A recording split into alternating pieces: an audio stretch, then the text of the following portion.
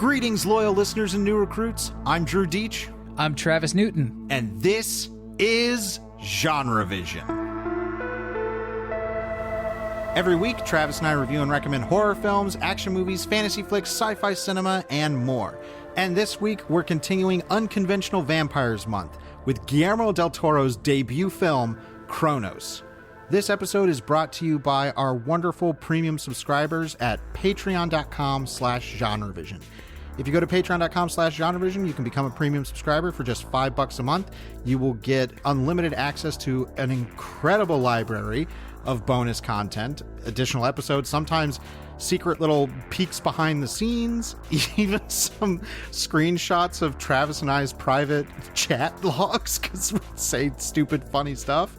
It's wonderful, and we really want to thank everybody that becomes a premium subscriber at Patreon. You are what keeps the show going. So if you love what we do, become a premium subscriber at patreon.com/GenreVision.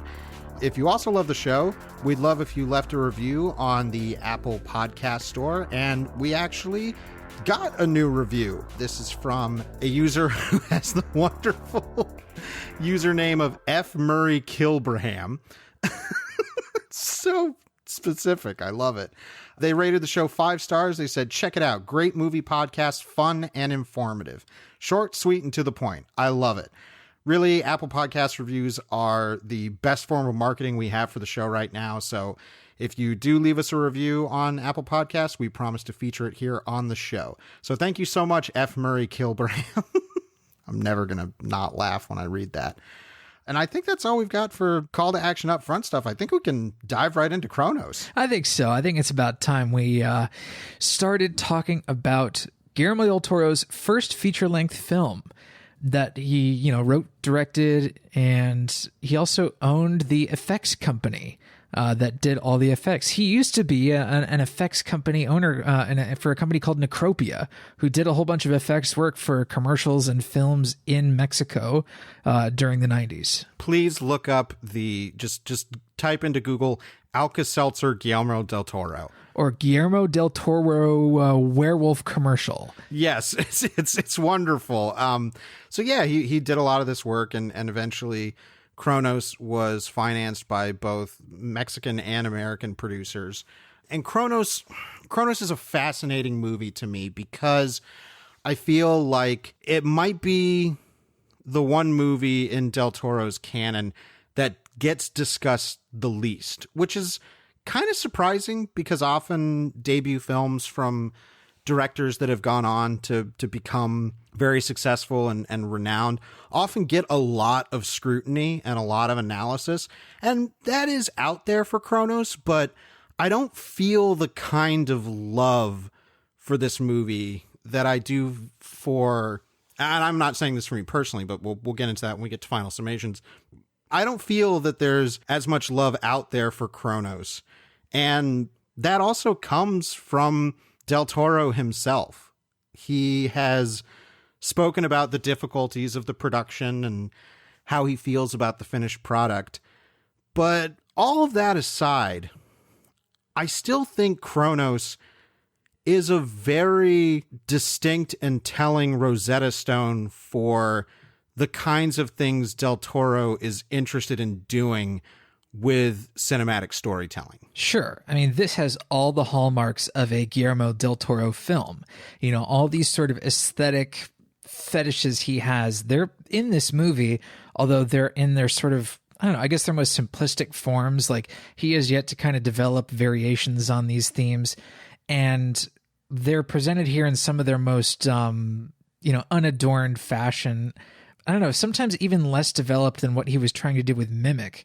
Like, there are themes in Cronos that he eventually tried to get into making Mimic and was eventually told by the Weinsteins that, no, you need to dumb your movie down, which did happen. And that's kind of why Mimic was released the way it was. The director's cut of Mimic does pick up on several of these things, but Cronos, being a vampire film, the reason it qualified is that it approaches its vampirism initially in a very unconventional manner.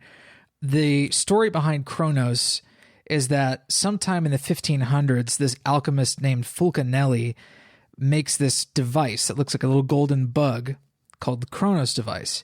And then he comes to Mexico. 400 years later, in like 1937, a building collapses in Mexico City, and then Fulcanelli is found dead in the collapse. So evidently, using this device to defy time, Fulcanelli died in this collapse of, blunt trauma or whatever it was. Well, no, it's specifically his heart was pierced. Ah, that's right. Yeah. So after this, the Cronos device, according to the voiceover in the beginning, officially never existed. So it just kind of disappears, and, they don't quite know where it ends up. And that's when we transition to the modern day, I guess you could call it, portion of the film.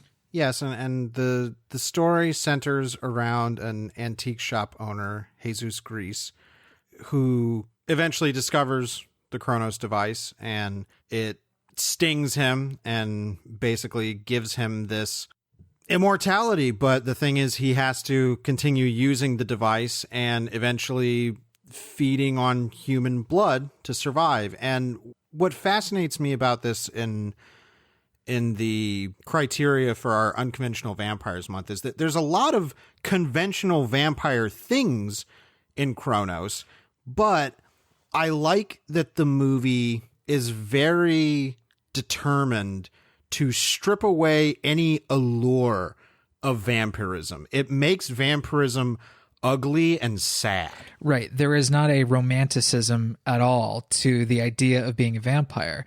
Even in something like Near Dark, which is actually quite low on romanticizing the actual vampirism. In that movie, vampirism is like, this is murder, and you have to be used to being a murderer.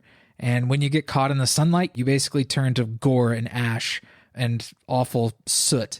It's just such a greasy, nasty movie, and the romance of it is in stark contrast. But this, there is absolutely no romanticizing to the idea that you're going to live forever and you're going to have these amazing experiences. It's a selfish addiction. And this is actually paralleled in the film by Ron Perlman's character. Ron Perlman plays this American character who is related to this industrialist empire, this family that has a business in Mexico. And he's down in Mexico on business working for his uncle.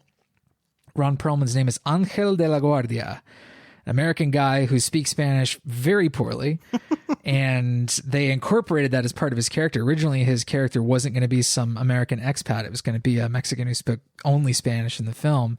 And because Del Toro wanted Perlman for it, they're like, well, we'll make some compromises and we'll make, a large amount of your dialogue in English. And then the Spanish you do speak will be knowingly not so great. His Spanish actually in the film isn't terrible. It's just kind of like, simple basics of communication with people. And he doesn't speak it a lot. Yeah. So the parallel between the addiction of the extension of life and, the addiction to youth comes with Angel, who wants plastic surgery. He wants cosmetic surgery, specifically a nose job. But the parallel there is clear. Which I love, because his character is pretty much the main henchman archetype in the story. And what's great is that by giving him a quirk, that's all. It's like you can have archetypical characters in your story, but give them something unique that sets them apart. And when Angel is the one who's dispatched by his uncle to find this archangel statue that the Cronos device is supposedly hidden in, and there is such a statue in Jesus's antique store, he comes to acquire it, and while Jesus is wrapping it up, Jesus and his young granddaughter are there, and Angel starts playing with the granddaughter, like giving her a stick of gum and messing around with her, trying to get it. And then he pulls out these cards that have different nose shapes on them and puts them up to his nose and asks their opinion about which one do you think looks the best. Immediately, I like this character, even though he is a villain. I like this quirk. It gives him something that makes him unique and keeps him from just being a standard heavy. Yeah, well, and I like that this is kind of a Ron Perlman against type. This is a character that's not only part Mexican and, not quite fluent in Spanish, but speaks serviceable, like tourist Spanish.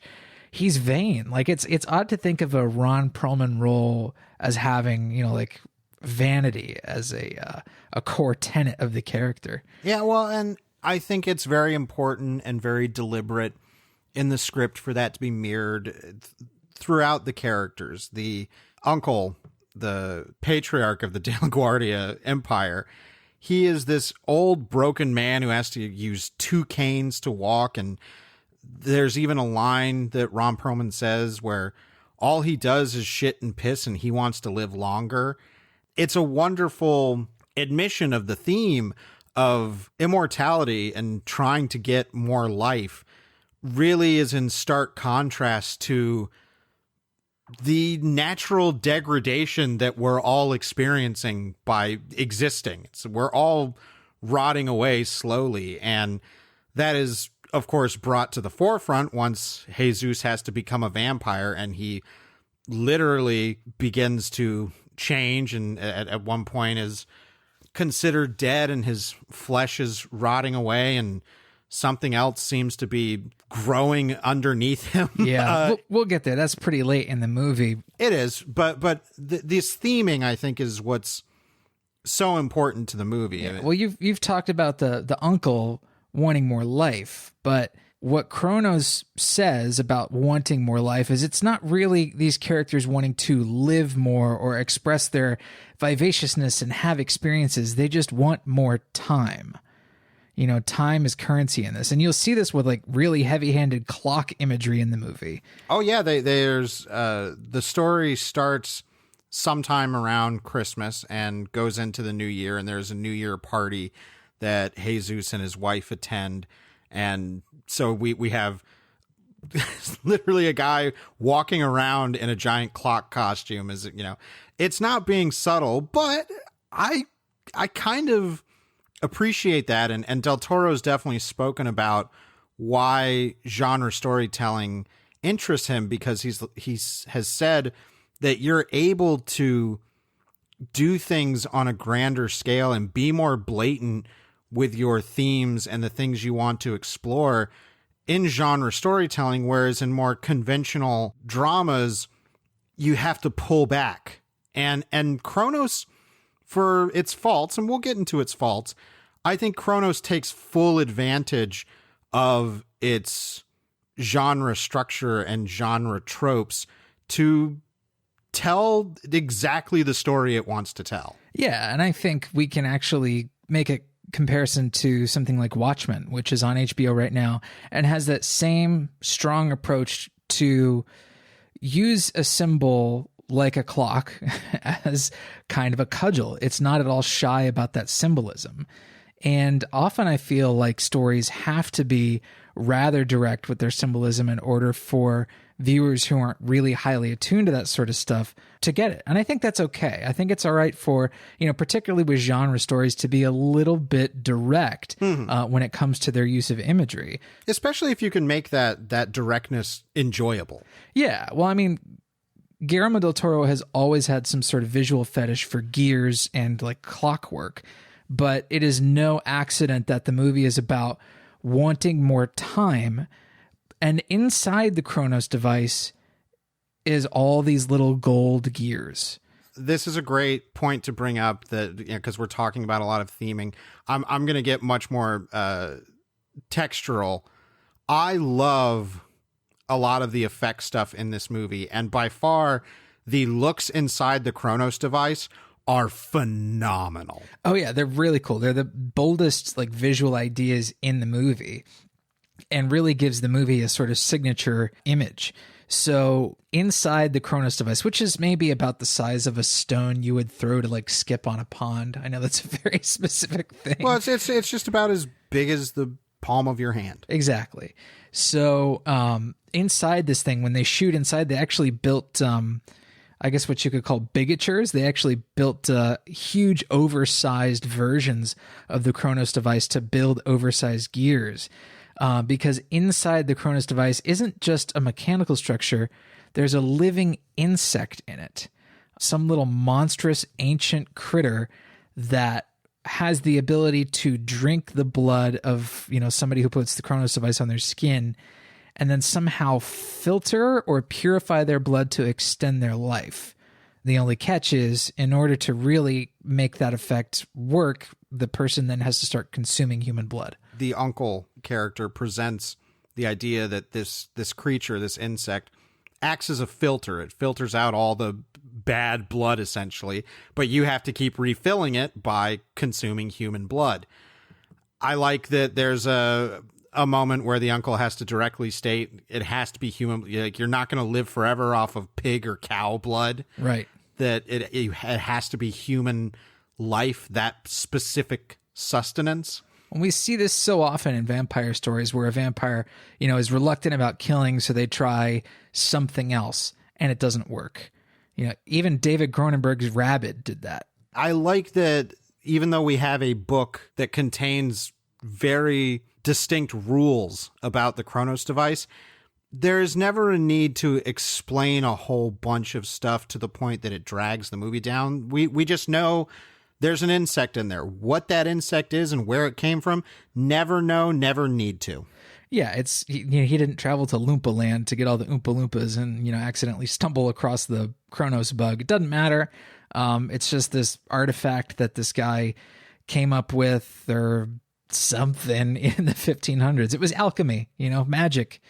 So that's really all that matters. And boy, the imagery around the Cronos device, again, is just such a structural pillar of the film. Mm-hmm. But the central performance by Federico Lupi, who plays Jesus Gris, is key to the film working, obviously, because he's the lead, but he's one of my favorite things about the film. He's so good in the role. I'd agree. It's very important in that role because this is not, he is cursed with this vampirism, not of his own desire. It is a simple accident that activates the Cronos device, and it's not completely accidental. He winds it up, but he doesn't know what it's going to do, and then it stings him, and now he's cursed. It's a sad, tragic tale. Right. It's not like this character expresses a desire to want to remain young before this happens to him. No, so much of his arc depends on him relenting against that. He kills one person in the movie, but it's arguable that it's an act of self-defense. He is not willing to undergo the clear violence that he would have to in order to gain more life. And I love that the movie makes having to be a vampire really demeaning. The absolute best moment in the movie for me, the image that I've always retained from this movie, is Jesus is at the New Year's party and he sees another attendee get a nosebleed, and he follows him into the bathroom, and there's blood all over the sink.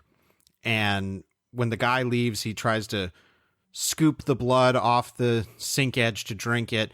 But just as he's about to, another guy comes out of one of the toilet stalls and washes all the blood away. And Jesus is obviously very dissatisfied with this. But then he notices on the marble floor of the bathroom just a spot of blood. And he has to lay down on the floor of a public bathroom and lick blood off of this marble floor. That is such a wonderfully loaded image and idea, and I think it's the best thing in the movie. Oh, by far. I mean, it is the absolute centerpiece of the film. But, the fact that they actually managed to make this scene pretty funny is great, too. Like, the guy who comes and washes the blood off of the sink is like this drunk dude. He's like, he sees the puddle of blood on the counter. And he's like, oh, they had to go and invite a whole bunch of fucking Argentinians or whatever. Yeah, he's racist, like, which is great. Yeah, I think he's making a joke about, like, people coming and using cocaine. Right. And I like this because a lot of this scene takes place in a pretty extended take. Mm-hmm.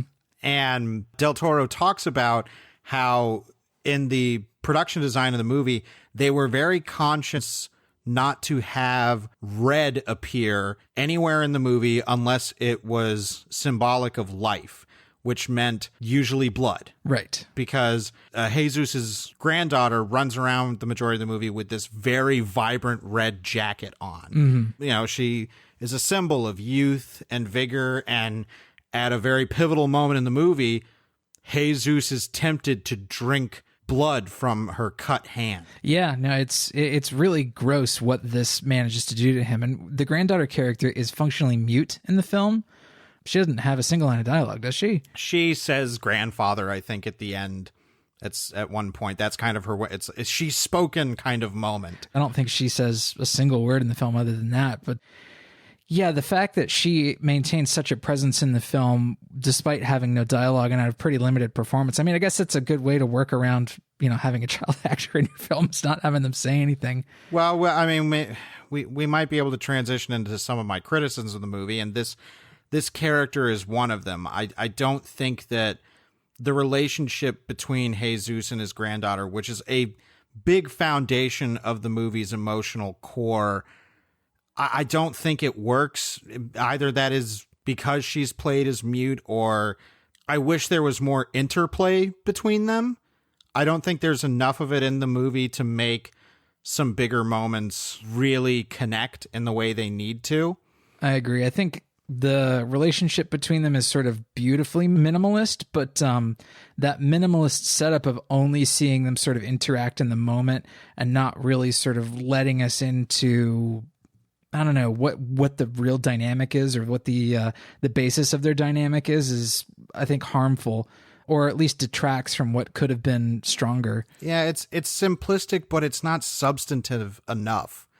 There's not enough of a real relationship there beyond, I love my granddaughter.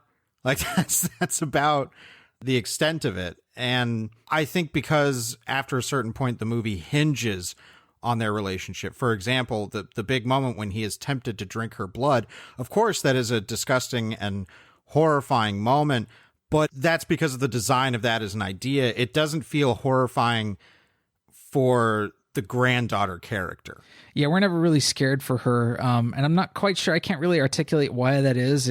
I just don't feel like the film ever really necessarily puts her in danger, although we definitely understand the sort of gut-churning intent behind, Jesus wanting to drink her blood. Yeah, I feel that she is put in danger, but she's put in danger like a prop would be put in danger, not like a character would be. Right. I don't think Del Toro really managed to do well with children's perspectives until Devil's Backbone. Like, he does a little bit of child's perspective in Mimic. Yeah. And that doesn't work well. Like, that character again has a sort of disability that I think that character in Mimic has some sort of autism spectrum disorder, I think. Funny shoes. Yes, and I can't stand that. But the way that it's executed in the movie, I guess I should say, I can't stand the way that it's executed in that film. It's one of the weakest things about Mimic. Agree. But, Devil's Backbone, being at a boys' school, like, really has to hinge on that child's perspective in order to work. And then by the time he did Pan's Labyrinth, of course, it's like all about, this one child's perspective. Yeah, I think the biggest criticisms I have come from the family dynamic that Jesus has to lean on, because the stuff with the granddaughter, it functions on a very basic level, but that's about it. I think the worst thing is his relationship with his wife, who's, I can't remember her name, Mercedes, I think? Yes, Mercedes. Their relationship is supposed to be very loving and very endearing. And the actress, Margarita Isabel, she never comes off as warm enough as I think the script sometimes wants her to. And I know that Del Toro has spoken that he ended up having kind of a contentious director-actor relationship with that actress, and she ended up playing the role in a way that didn't really line up with his take on it. Mm-hmm. He calls it I think a first-time director mistake, basically. He does. No, I mean, he spoke at length about Cronos was such a learning experience, and one of the biggest ones was how to talk to actors and work with actors. Mm-hmm. I think that hurts a good chunk of the movie's attempt at heart, because by the time the movie wraps up, it's supposed to wrap up on a very, very emotional image. And I don't think it earns that enough. And I think that has a lot to do with performance. Yeah, perhaps. I do think that both the relationships between the between Jesus and his granddaughter, and then between Jesus and his wife Mercedes, like that, those relationships both needed a bit more work to really emphasize the humanity of that. Like, Jesus could have been, I think, just as compelling as a solo character. Mm-hmm. And again, his whole deal with dealing antiquities, like, an antiquity for him would be something from his youth because he's an old man. And so he's in the business of selling people their youth. It's this very, very pointed look at what it means to want to manage one's time on Earth. Which is interesting, being that this is coming from a first-time young director. It's Mm-hmm. I think it's trying to tackle subject matter that really is harder to grasp when you're young. The attempt is there, and I think it's a valiant one. But I think being able to navigate all of the minutia of making a movie that really backs up that theme from an emotional standpoint, I just think Del Toro might have been too young to tackle that at that point in his career. He's a very youthful director. That youthful energy comes across, but one of the criticisms I have of Cronos is that it is good, but it does come across as one of his most insubstantial films. Mimic is a studio picture and was compromised. And Bitblade 2 is another studio picture that's just like about, hey, let's have creature feature fun. But this one actually, I think, vanishes upon consumption more quickly than any movie he's made, because it's so simple and the themes are not terribly elaborate or sticky, or at least they're not presented in elaborate or sticky ways. They don't stick with you. The movie is, he calls it a lapsed Catholic film. But the movie is definitely a Catholic movie. It's set in Mexico City, which is just this, enormous Catholic presence in the world. And it begins, its present day story. That section of the film begins on Christmas Day and approaches New Year's. And so this whole parallel about, the extension of life, also with the birth of, Christ, is kind of clumsy. But, again, it's kind of like the integration of all the clock imagery. Like, it has to be so direct in order for people to really take note. Well, I think it shows how intelligent a writer Del Toro was even when he was young, because he was clearly thinking about these things, having it start on Christmas Day, go into the new year, which symbolizes a resurrection, a new era to breathe new life into. It's like, oh, you could have set this in a nowhere time and you probably could have told the story still just as well. But having those elements, thinking about those elements, shows that, yeah, he's smart. He's thinking about these things and wants to integrate them into the story in the best ways he could. I think where Cronos kind of sings a bit is in showcasing the promise of a director, and especially showcasing the promise of a director who wants to do weird shit. Because after a point, Jesus is supposedly murdered by Angel by pushing a car off a cliff, and there is a funeral, and he's about to get cremated, but he escapes in time. And, Del Toro speaks about he purposely made it so that Jesus resurrected 3 days after his supposed death, like another particular Jesus. Well, I mean, Jesus Gris, almost literally translates to gray Jesus. And so, which he becomes in the back half of the movie. He is resurrected. His skin is gray.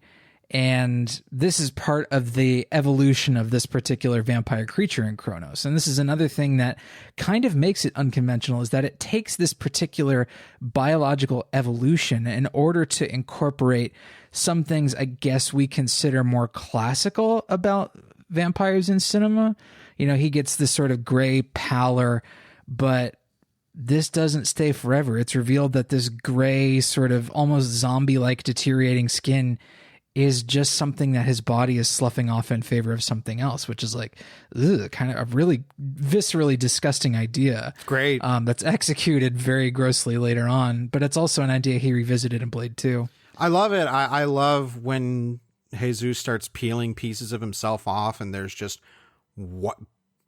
pearl white skin underneath. It's a wonderfully surreal, creepy image. I think the most classical vampire moment, and it's executed in a really cool way, is when he is in the little kind of the granddaughter's room. It's like the loft room or the attic room. Yeah, and these rays of sunlight shine through all of these little pinholes in the ceiling, and in a really non-realistic way. It's just like bam, bam, bam, bam, bam, they all show up. But I love that. I love that execution. And when he gets hit by it, his skin kind of sizzles, and he puts his hands, in front of his face in a very classical kind of gothic vampire pose. It's kind of a Count Orlok, sort of body posture acting move. Well, I think Del Toro, it's very specifically like the Hammer Christopher Lee Dracula. Yeah, okay, I can get that. Yeah, but it's definitely evocative of those classical sort of Dracula adjacent interpretations, whether it be Max Schreck or Lugosi or Christopher Lee. So this look, where he's got the gray face, but he's got his death suit, like the suit he was buried in, which is now on backwards, which is an incredibly weird look. Like when you see his tie hanging on him from behind. And he has this red shawl on. It's a decision that for the first couple seconds, because I didn't remember it, I was very much of the mind of, well, why wouldn't you just take it off and turn around? But it's so clear. It's another thematic hammer. It's that this is now a backwards man. Yeah. This is someone who is experiencing existence in a completely opposite way to the natural order of things, and it immediately, it creates a visage that I will forever remember from this movie. Yeah, I mean, it's a really signature image of him sort of achieving almost like a superhero kind of look, where he's got the backwards suit and the red shawl, the gray skin, the staples in his forehead. The staples in the forehead is like a very, Frankenstein's monster kind of thing, very Universal movies, Frankenstein's monster. But as he progresses into this sort of new living dead form, again, we talk about like this further transformations that happen, and he starts to look like the dead alchemist Fulcanelli that we see in the prologue of the film, which means that it's like a marble white, like a blue white skin. And that's a thing that he wanted to do in Blade 2 as well. Like the sort of vampire leader in Blade 2 is a guy named Damaskinos, who's played by Thomas Kretschmann, and he looks like a gray translucent marble all over.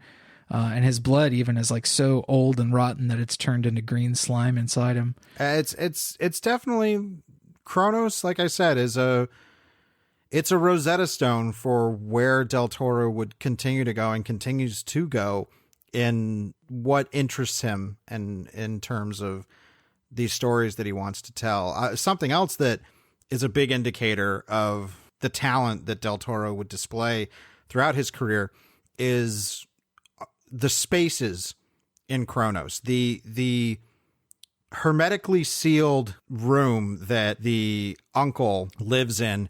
I love it so much because it makes no sense. Oh yeah, it's a great set. The corrugated metal walls and like the meal tray by the door. The hanging angel statues with plastic over them are such an evocative image, because I thought it's like, okay, he's collecting these angel statues because he believes one of them inside one of them is the Cronos device. If they didn't have the Cronos device, he would probably just dispose of them. That would be a very realistic thing to do. But it is so wonderfully surreal to see these hanging angels, almost like racks of meat in a slaughterhouse. Oh yeah, hanging from chains and meat hooks practically. Yeah. But it's a great way to show that he's been on the hunt for this thing for a long time, and it's a great way to show his obsession. It's using the set to tell the story. It's bizarre and creepy, and a space you won't see anywhere else in any other movie. Yeah, and it's almost completely devoid of color. That set is all about shades of gray in the design, sort of blue gray, steel gray, and it's in what's like a steel plant. It's like the loft over a manufacturing plant. And I'm sure that's to imply the sterility of this room, because he's a kind of a Howard Hughes figure, but also to thematically drill home the idea of this guy's his quest to get more life, but it's clear that he is a lifeless being. He lives for nothing. Right. He just wants more time to be whatever he is because, clearly it's about the fear of death. They want more time because the fear of death is so overwhelming. Yeah, I want more time, fucker. Or no, I want more life, fucker, is what Rutger Hauer says. But it really is life is time. That's what Cronos is about. That and, Catholicism.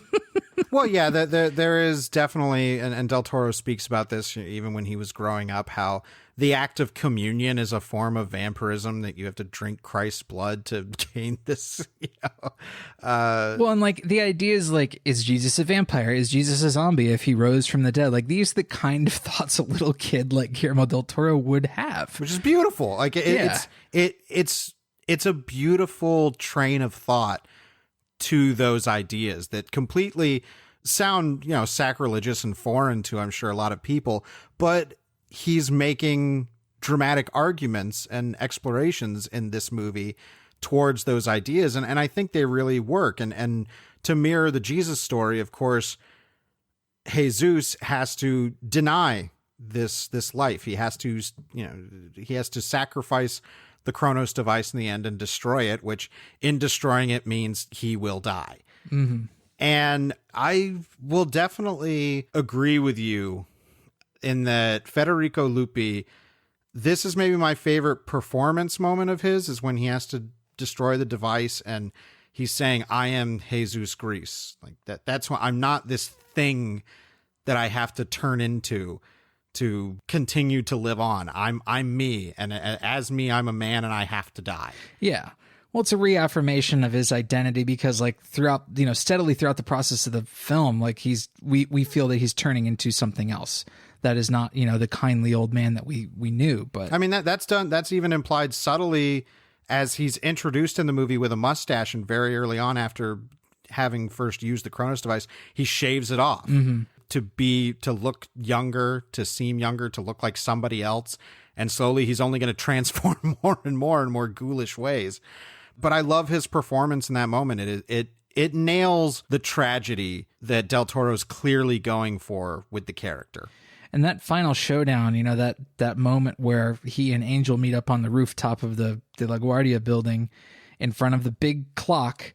And, Jesus makes a sacrifice because, you wouldn't be Jesus if you didn't make a sacrifice, and topples off the building with Angel and lands. It falls through a series of windows and lands on the ground. And of course, we were talking about this. The movie fades to black, and then it fades back up to see them sort of resting, in a heap. I think Jesus dies again there. Okay, I think this is his coming back again, but he realizes that. At this point, he could be too far gone, so that's when he smashes the device. Okay, because that fade to black, fade out and fade in on the same scene, it's kind of flies in the face of conventional film language. You would think when you fade to black and fade up, that usually means a significant passage of time or a change in scenery occurs. Mm-hmm. But that's a fair enough read. I mean, when I say dies, I mean his heart would have to be pierced for him to die, or he would have to be exposed to sun to die. In theory, sure, because we know sunlight hurts him. But at that point, it's kind of like what happens to him when he falls in the car off the cliff.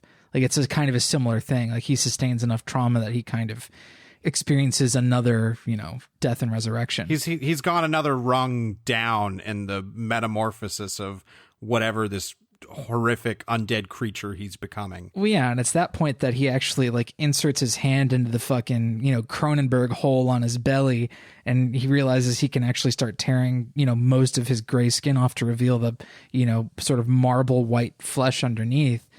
Where we go from there is Mercedes and the granddaughter, they sort of accept that yes, he did come back from the dead, but this sort of form he's in is not something that he wants to be in forever. And the last scene is him lying in bed, Sort of how we all imagine, like, how, what it would be like to die nicely, in bed, comfortable with our loved ones surrounding us, and turn into a giant white larva person. A big marshmallow dude. I love that makeup in that looks great. It does. It looks really cool. But as the sun comes up, we don't actually see Jesus burning or smoking, but it's implied, like we're watching him, dying with his family around and the sun coming up. So we can like assume as the frame sort of eventually dissolves to white that that's, another choice of his to like finally go. Well, and I think it's very telling that as soon as it fades to white and the screen is white, there is a dedication to Guillermo del Toro's grandmother. Mm-hmm. I think that is more moving because I'm bummed that final image is such a strong image, but the emotional core that's needed for that family dynamic, it's not there for me. I would agree. I don't think it's fully there. And I think this is not really like a young man's story. You know what I mean? I wonder how Del Toro would actually approach the story now that he's older, and that he's in his middle age. So I think that fear of death and that sort of elderly person's perspective on the matter, I think would be probably better served now that Del Toro has a few more years on him and just more life experience. He's had more time to think about these sorts of themes. Well, I think it's interesting in that Del Toro has talked about how he considers The Devil's Backbone his true first film, because Cronos, there was just a lot of things that went wrong with the production, and they had a financier drop out. Yeah, and that there were just a lot of issues and things that he didn't feel he was able to nail. And then Mimic, of course, was incredibly fucked with. And Devil's Backbone feels right because, like you said, it's a child's perspective. And I think as a younger director, he was better attuned to that perspective when focusing on it instead of having to focus on a story about an older character and themes about age and death and time. And kind of coming up to final summations, this is the third time I've watched Cronos, and I was very eager to revisit it because I've watched it twice before, and it's never completely stuck with me, save for a few very distinct images. And the same thing kind of happened this time. And I think Cronos is a good movie, but I think it's more an impressive movie than it is a successful one. I think it's a more promising movie than a successful one. But I think we're basically saying the same thing, is that while this film held a lot of promise, it's nowhere near the best output of Del Toro. And I think there are movies of his that are actually worse that are more memorable. Like even Mimic, I think Mimic sticks with me just because of its like creature feature simplicity. Like and that idea of the giant roach, like even though that idea of the giant roach really wasn't his and that was something the Weinsteins pushed for, it's kind of iconic. Like it's a really cool thing. And the idea of, the roach sort of turning into a man, something that you could mistake in the background on a subway platform, just like a dude standing there. Like that's a really haunting and scary idea. But that movie, for whatever reason, I think has better execution of certain things, just even in surface ways that make it more memorable than something like Cronos. So I certainly don't mean to speak all that ill of Cronos. And I do think it's deserves a spot in the Criterion collection. I own it on Criterion Blu-ray because it's especially an important Mexican film. Like it was a very expensive production for being a Mexican film at the time. Well, and I think that's important too, is that we didn't talk a lot about it, but for a first-time young director making what is a smaller movie in comparison to the majority of mainstream movies that people watch, but yes, it was a very big Mexican production. It is clear that he had a grasp on how to do bigger things. Like it's an ambitious movie, and I think the ambition and the artful approach that have become staples of Del Toro as a filmmaker are all there on the screen in Cronos. You can't miss them, but I think the polish isn't quite there, and that's not just in the filmmaking. I think it's also in the scripting, in the direction, obviously the direction with actors and everything. It's just not quite refined enough yet. I would agree. I think he's become a much better dramatist in, the years since, and I think that's emphasized in stuff like even in Crimson Peak, which is a melodrama. It's a gothic melodrama. But I think he sort of weaves that story of the family drama like way tighter now in his work. And I certainly appreciate that sort of development in his writing. Something we neglected to do last week because we had so much to discuss, so much to discuss was, what does this movie mean for Unconventional Vampires Month? And, what have we learned about unconventional vampires from these movies? And the immediate parallel that I can draw between Doctor Sleep and Cronos is that a vampire story, of course, makes for a good addiction metaphor. Yeah, I would agree that obviously that's been used. I think, is it the Larry Fessenden movie? There's a vampire movie called The Addiction that's very deliberate with that kind of metaphor. But I also, considering how much Christian and Catholic imagery and motifs are often associated with classic vampire iterations, I like that Cronos is able to take those things and turn them on their head and not do them in the kinds of ways that became kind of stereotypical for the subgenre. Right. Its use of religious themes and religious imagery is not at all rote in Cronos. It's used innovatively, right, and it's not heavy-handed in its approach to like Catholic imagery. The fact that a guy named Jesus gets resurrected and that's blatant. One of the living dead, like incredibly blatant. The fact that Jesus and Angel are fighting on a rooftop in front of a clock, like it's like a joke, but the idea that they're contrasting these sort of traditionally Catholic elements with something that is also old, but also like, I don't know, I guess would be offensive in the Catholic sense or the Roman Catholic sense, is that this alchemy device, this magical device that, could potentially have, non-Christian origins or even, demonic origin. It's certainly not a religious device. It's not a religious artifact. It's something else. And, the fact that we see him with this thing, the scene before, I think he goes to the New Year's party where he's in the bathroom trying to get ready and he's just got this thing stuck on his chest and he's trying to get a little bit of juice before he goes to the party. It's very clear that the movie is working on that addiction metaphor level. And addiction metaphors in vampire movies have been done to death. But I think the Cronos one, with it being tied to a specific device, like that's pretty interesting. Yeah, I this obviously qualifies for unconventional vampirism, but I think what it kind of tells us is that you can do a vampire story, and if you want to riff on kind of specific classical ideas, you can do that, but you can also find really new avenues to where Cronos is a movie I feel you could show to somebody, and they would feel that a lot of this is very fresh and new, and it would take you pointing out a lot of the specifics of everything to be aware of how classical it really is. I think that's one of the most invigorating things about Cronos to me, is to realize that an idea like a vampire that has been done a million times over in a million different stories can still be reinvented in a way where it feels completely foreign. Yes. Yeah. And foreign is an interesting choice of words there. But because I like that while this is a different take on vampires, it also feels like a distinctly Del Toro riff on vampires. And it's certainly a Mexican film, but it's not beholden to any sort of Mexican traditional ideas or Catholic traditional ideas about what we consider these, creatures of the night or undead creatures or unholy creatures to be. It's very much its own thing and telling its own mythology, even though it's very slight and it's not getting into legends any deeper than once there was an alchemist who made a bug that makes you live forever. Right. It's easy as that, folks.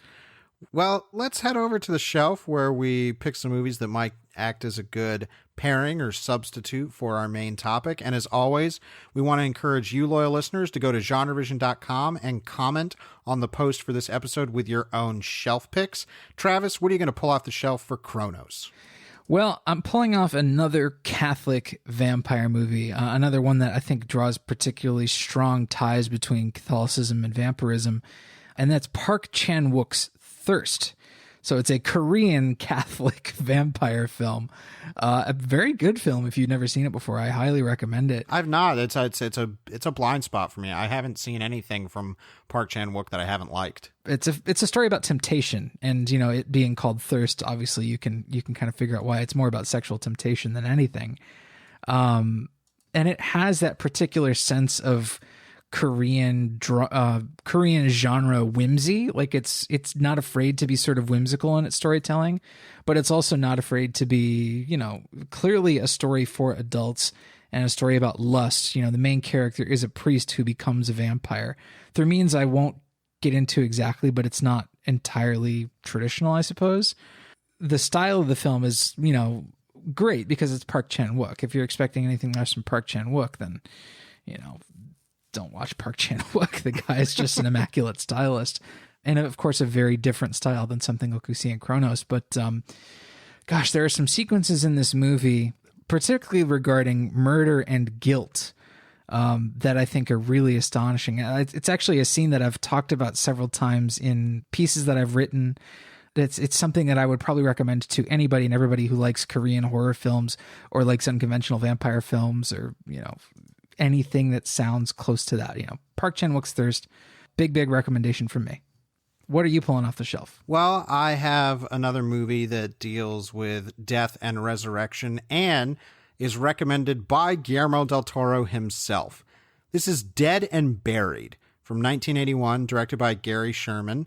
Screenplay by a couple guys you might know, Ronald Shusett and Dan O'Bannon. The Alien guys. I think this is the screenplay they did right after Alien.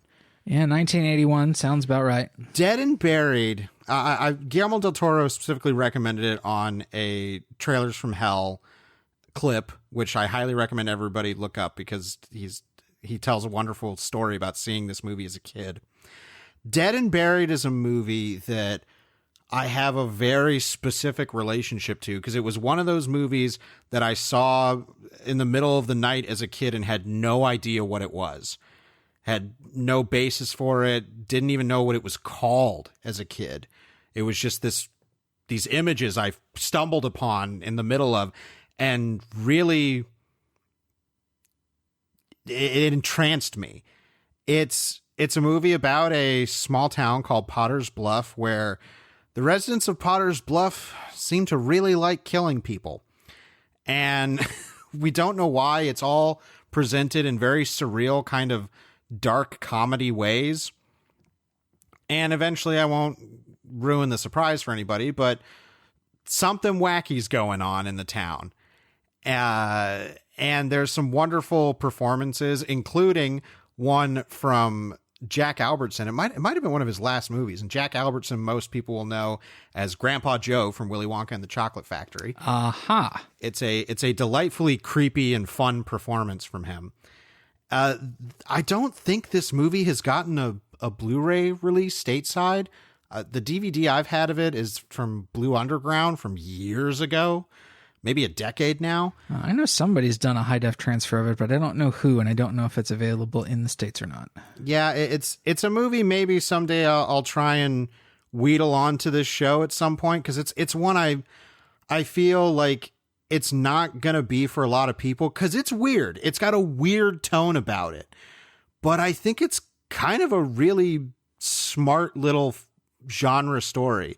It feels kind of Tales from the Crypty in the best of ways. So Dead and Buried, it might be one you have to track down, but it's worth the hunt. Now, we do have to mention the shelf picks we got from last week's episode for Dr. Sleep. Got quite a good handful of them. DT Grizzler's recommendation was Midnight Special. Who directed that? I can't remember now. The guy that made Mud. What's his nuts? What's his name? Jeff Greenlee. No, what is it? Please cut all this out. Nobody wants to hear us not know the name of a director. Jeff Nichols. Jeff Nichols. DT Grizzler says Midnight Special, which is another Protection of Kid with Powers movie, but from a science fiction angle. Pretty solid movie, too. Yes. Stephen Nesbella's shelf pick was Innocent Blood, another unconventional vampire movie. The vampires don't have fangs, but their eyes glow before they attack their prey. Italian gangsters Italian gangsters end up turning into vampires, and a cop with the help of a female vampire must take them down. I know this is directed by John Landis. I've never seen it. Neither have I. It's not one of Landis's better reviewed films. No. So I've never really been recommended this movie by anyone other than just now. So, well, and also my assumption is that when he's playing in this kind of similar milieu as American Werewolf, that it's just going to be put up against that movie for a lot of people. Sure. And that's not fair. So maybe one day we'll put that on the show. Thank you, Stephen. Mr. Milksteak had Let the Right One In, which, yeah, like let the right one in, because we need more unconventional Swedish vampire movies in the world. And this one is kind of perfect, at least for him. I'll do you one better. I think that movie is pretty darn perfect. Yeah, it's a masterpiece. And loyal listener Pale Fire came in with 2010, The Year We Make Contact, another sequel that plays in the universe of Kubrick while being its own thing. Well, it's funny you mentioned that, Pale Fire, because in a couple weeks, we're going to be doing 2010, The Year We Made Contact. It's going to be celebrating its 35th anniversary the beginning of this December. So we've got an episode coming out. I saw this once as a kid. I remember very little about it, and I don't think you've seen it at all, Travis. I've never seen it. So we are going to be covering that movie. I'm very excited to check that out. So thank you all for the shelf picks. And again, please leave your shelf picks on the post for this episode at GenreVision.com. All right, let's do some currently consuming. Num, num, num, num, num. Travis, what's been on your plate? Well, I think the only thing that I've watched outside of like stuff on YouTube this week, between what we did last week and this week, is Jaws. I rewatched Jaws, and of course, it's one of my favorite movies. I've probably talked about it to death already, just in sort of remembering it. But Jaws, like all of my favorite movies, is not something I like to watch frequently. I don't like the idea of knowing my favorite movies so well that I can kind of quote them while the film is going on.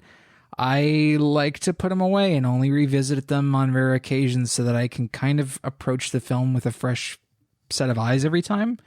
I don't like that idea of becoming too familiar with it, because it won't allow me to sort of find new perspectives on it. Yeah, you fear that loss of discovery. Yes, yeah, and that sense of discovery is what I loved about these films in the first place, is that feeling of seeing something new for the first time. And maybe that's limited, maybe there's a shelf life on that, but I'm still enjoying it while I can. And then if it stops working, I'll just hit myself in the head with a hammer really hard, and then I'll have a new experience with every movie. Well, maybe this is a little too deep for just the currently consuming section, but I've just taken to, when I want to rewatch a movie I'm very familiar with, I make a point to key in on something specific. Like, I'm going to watch this and really pay attention to the score. Yeah, this time I paid attention to the dialogue. That was my big thing, is talking about how they handled dialogue in the film, because I had just reread the novel, which, I'm not an enormous fan of the novel. I think it's a fine beach read, but seeing how they adapted scenes was like, well, sometimes this is a pretty direct adaptation of the scene, but they've had to rejigger character dynamics, and they've had to rewrite dialogue to reflect how the characters have changed from page to screen. And there's a lot of delicate work going on, man. Jaws is probably one of the better movie adaptations, of a blockbuster film from a novel in the 20th century. I would think the ability to turn that book into something at once simpler and more is nothing short of miraculous. It's talking about one of my favorite movies, of course, but the changes to Brody, and Hooper are, I think, would have cemented the film into being a classic. Quint is another story. Like that's a whole thing. Like he really is only in half of the film, and there's quite a lot that's changed from his book Incarnation to the film. But that, realigning of Hooper and Brody to be the way they are in the picture, which is quite different from the way they are in the novels. Like, okay, this is the dynamic that sustains the film. There's a reason that the film ends with those two, like focusing on those two as they ride into the sunset. I can't say anything because we'll just have another episode length of, because this is my favorite movie of all time. And just jawing about Jaws. Yep. It's basically what we did Finflix for. Exactly. So I'm glad you got to experience that movie and get something new from it. I mean, there's a whole bunch of other new shit that I have in my rentals that I'm just waiting to watch, but like I just wanted to watch Jaws. Sometimes you just got to watch Jaws.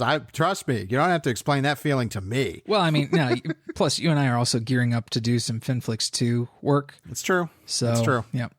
Anyway, that is really all of note that I've been consuming between this week and the last. How about you? What have you been consuming? Well, I buckled and watched the first 2 episodes of The Mandalorian on Disney Plus, which I did not think I was going to do. I didn't think you were going to do it either. I mean, the conversations you and I have had about Star Wars and Disney Plus in the last couple of weeks did not lead me to believe that you'd buckle on that. I've been pretty disinterested in a lot of the what I would consider ancillary Star Wars material that Disney's been putting out. I would even consider movies that we've done for the show like Rogue One and Solo to fit in that category. And The Mandalorian, it looked kind of in the similar vein, like, okay, this is going to be more of the kind of fan servicey stuff that people want. And the episodes came out and the reviews have been very positive, including from people I trust. So I figured I've got 45 minutes to kill. I'll check out the first episode. And I will say this for The Mandalorian. If this is where Star Wars has to go to do this kind of more fan-directed material, this is a pretty good execution of it because The Mandalorian is simple. Well, let me clarify something. When you say fan-directed, you don't mean directed by fans. You mean directed at fans. Yes. Well, I hope that people like Dave Filoni and, that they consider themselves fans of the material in some way. But sure. Yes, this is not by committee from people who are throwing Rey figurines in the trash can. Right. This is essentially the Boba Fett show, but they don't want to call it the Boba Fett show because, one, they don't want to have to mess with a character as beloved as that and worry about stepping on some toes. I'm just imagining like a Hanna-Barbera animated show opening, with the Boba Fett from the fucking holiday special. It's the Boba Fett show. There's a very direct reference to him in the Mandalorian's design. His rifle is taken from that. So I was like, that's cute. That is cute. But also the other reason is that they don't want to do Boba Fett is because if they use original trilogy characters, apparently George gets a cut.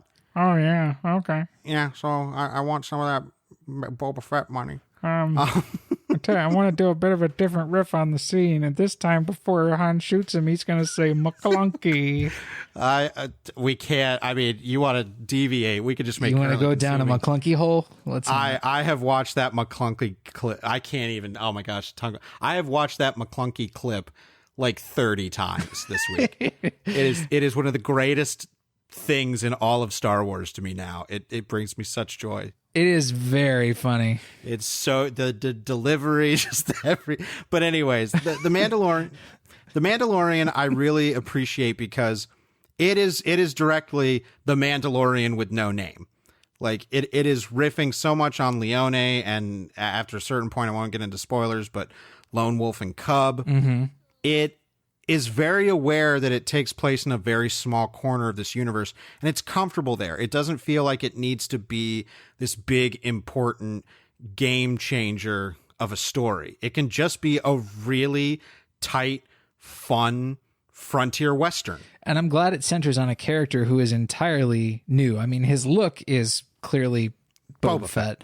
But, the fact that it's not hung up on canon of some other character that we know from something else, like that's important. Like it can be allowed to blaze new trails that way. Yeah, and it is. There's really interesting things that they're kind of peeking into about Mandalorians and their culture, their religion.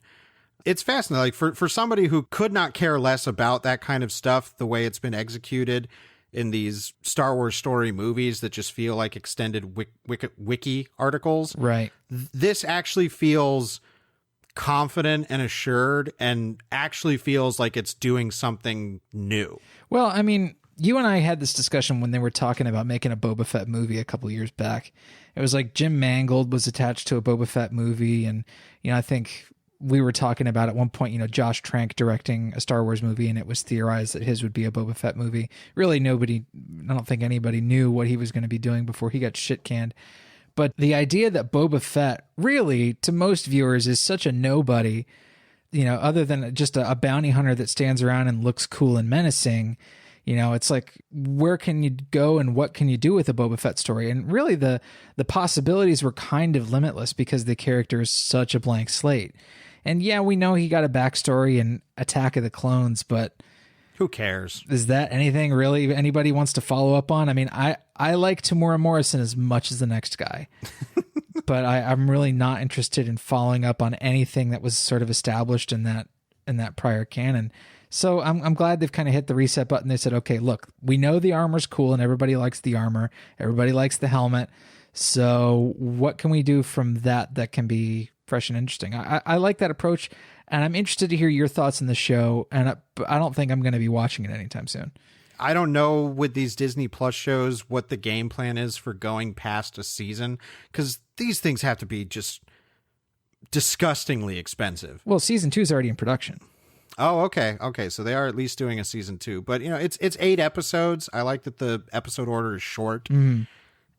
It's got good directors, Dave Filoni, Rick Famuyiwa, who was going to do a Flash movie at one point. And then he was going to do a Charles Burns' Black Hole movie. What the fuck happened there? Come on. So bummed. Now I'm sad again. But they've got like Bryce Dallas Howard, I think, is directing an episode. Taika Waititi is directing the finale. He also, I think, does He's the in voice the show, work. Right? He does he does the droid that looks like IG-88. Yeah, well, that's what I love this, where they can, it's like, if that was IG-88, it would have all these people up in arms. Oh, you're adding to the can. They're like, yeah, he's just another bounty droid. His name's IG-11. Yeah, but it's like, at this point, I'm surprised they didn't find a Bosk lookalike. You know what I mean? There might be one at some point in like a bar cantina scene. Who knows? Like, at this point, I'm like, you know what? Fine. If that's kind of the workaround they have to do to be able to tell these kinds of stories and not feel like they're impinging on some great holy scripture, cool. I don't give a shit. Right. Like, to me, it could be Bosk. But I know some dude out there is like, where's Zuckus, man? Right. Well, where's Zuckus at? Where's the Zuckus story? Well, because that's the thing is Is there a Zuckus among us? It's a franchise where if you put Zuckus in and it was like Zuckus is actually a woman, it would just be like, now we must rage. It's like, whatever. Just don't touch Either that or stuff. they'd be like, oh, it's the Boosh thing. They pulled a Boosh move. Well, because my Call thing it is Zuckus Ruckus. Well, because I'm also like, if you just have to do these riffs on familiar things, but they're original, okay, because at least you're getting to do this stuff that feels like it doesn't have to be involved with a bunch of bullshit that is too familiar and too connected to the original movie stuff. Right. It's like, it can be its own thing. Even though it has the sheen of familiarity, it can do its own thing. And The Mandalorian is slowly but surely doing its own thing. I like that it seems to feel, or it seems to have the freedom of not being of all that much narrative importance to the larger lore. It's great. That's what I mean. But when people have begged and pleaded for, I want the small little, looks at the corners of the Star Wars universe and the underworld that we never get, this is it. Like, this is actually doing that, but it doesn't have to also be wrapped up in a Han Solo origin story or anything like that. It can just be like, no, this is just that little tiny corner of the world, and there's implications about the larger world at play, but that's not what the show's concerned with. Mm-hmm. And that's refreshing. It's refreshingly simple in the glut of Star Wars material that we've had to, swallow from the great overlord Mickey. Now, I understand the episodes are going to be like half hour. Some of them are a little bit more. Like, I think the pilot was 40 minutes, but yeah, I think they've been the first two, I think on average are like 45 minutes. Like, okay, they're digestible. Like, they it doesn't feel like a slog watching them. So I also appreciate that. So I'm going to stick with it. I don't think it's amazing or anything. I just think it's really solid and kind of a hopeful step forward to be like, yeah, you can just do these things in Star Wars. You don't have to worry about the bigness and the sanctity of the franchise. If you just want to do a little riff on Sergio Leone movies, go do it. So we'll see. Huh. Okay. That's certainly encouraging to hear, but I doubt I'll be shelling out for this anytime soon. Like maybe once there's 2 seasons of it to binge, I'll do that. Or, I just don't feel like shelling out the whatever it is, $10 a month or $8 a month for Disney Plus at the moment. I know. That's effort too. Well, let's wrap things up with our comment of the week. Dr. Sleep definitely had the opinions flying fast and furious last week. I do want to note that loyal listener Palefire pretty much left a review, very much like our good friend Ryan Covey will often do. And I love when you guys do this, that we basically get to read reviews in our comments. It shows how thoughtful our listeners are. So I appreciate that. But I did want to highlight loyal listener Stephen Nesbella, who said, to be honest, I have never seen Kubrick's Shining in its entirety, just clips and through osmosis. I've seen the TV movie version from the 90s, if that counts. What I'm trying to say is that Dr. Sleep wasn't a film I was interested in watching.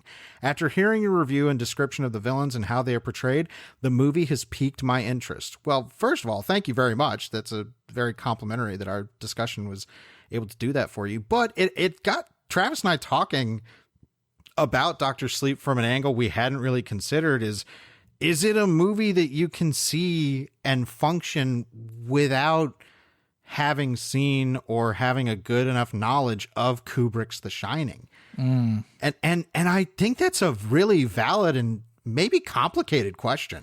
It is, because it's so dependent on iconic images and ideas from the Kubrick film that I don't know, like if you don't have that experience of really loving that film and having seen it all the way through, like I don't know if you're going to pick up on the weight of those images in the in the use of them in Dr. Sleep. I just wonder if it functions, if it can even function on its own. I think mostly it could, because the story is not, largely not dependent on that until the third act. Because I think of like the appearances of Dick Halloran feeling pretty weightless and maybe confusing to somebody who doesn't understand his purpose and part in the original story. That I had never considered that, because obviously The Shining is a movie that we both love and are close to and very aware of and knowledgeable of, that maybe that's part of the reason that Dr. Sleep didn't fare as well opening weekend, is that maybe a lot of people didn't feel there was an in with the movie unless you were so on board with the Kubrick film. Well, first off, it's not an inn, it's a hotel. Good night, folks. Tip your waitress. Anyways. Yeah, I get the hesitation that people might have had about that kind of stuff. I understand it, and I think there's plenty of reasons why the film underperformed and people weren't interested in it, and that is certainly one of them. So yeah, it's a fact. I'm not saying it's the fact. There's obviously always multiple factors, but when a movie underperforms like this one did, oh yeah, there are multiple factors. Well, and I just think about the movie's eventual legacy, if that's going to be, if it's only ever going to be viewed as a companion piece to the Kubrick film, or if it's going to be able to step out of that shadow and stand on its own. I hope so, because like we said in our episode, that was the stuff that resonated the most with me, was the things it was doing on its own terms. Yeah, I personally think the movie's good enough to get reappraisal sometime in the future. God only knows when that's going to be. But, just the addiction metaphor stuff is handled well in the movie. Like, friggin' in the Dr. Sleep novel, which I'm in the process of reading, I read half of it when it came out and put it down and never picked it back up, and now I'm finishing it. The fact that in the movie, Rose the Hat keeps the sort of bottled up psychic steam in what looks like a liquor cabinet, with the thermos displayed like bottles, like that's not something that's in the book. So that addition of imagery, echoing a liquor cabinet is like, okay, yeah, this is still a story about AA. Yeah, that's a good point. So, yeah, I'll be interested to see where Dr. Sleep ranks for the both of us when we have to do our top 15 episode. But we want to thank everybody for the comments. We love hearing from you every week. And we're going to be closing out Unconventional Vampires Month next week with George Romero's Martin, a movie I've only seen once, and I was very young when I saw it. It was sometime in middle school, and have not revisited it, and am eager to, because it's practically going to be a first watch for me. I saw it in college and hardly remember it, so yeah, it's going to be practically a first watch for me as well, and I can't wait to do it. It's one of the Romero films I've been most excited to revisit since his unfortunate passing. Same here. So we hope you'll join us next week for Martin. And as always, we want to thank you all so much for listening. I'm Drew Deach. I'm Travis Newton. And we'll see you next week. Right here on GenreVision.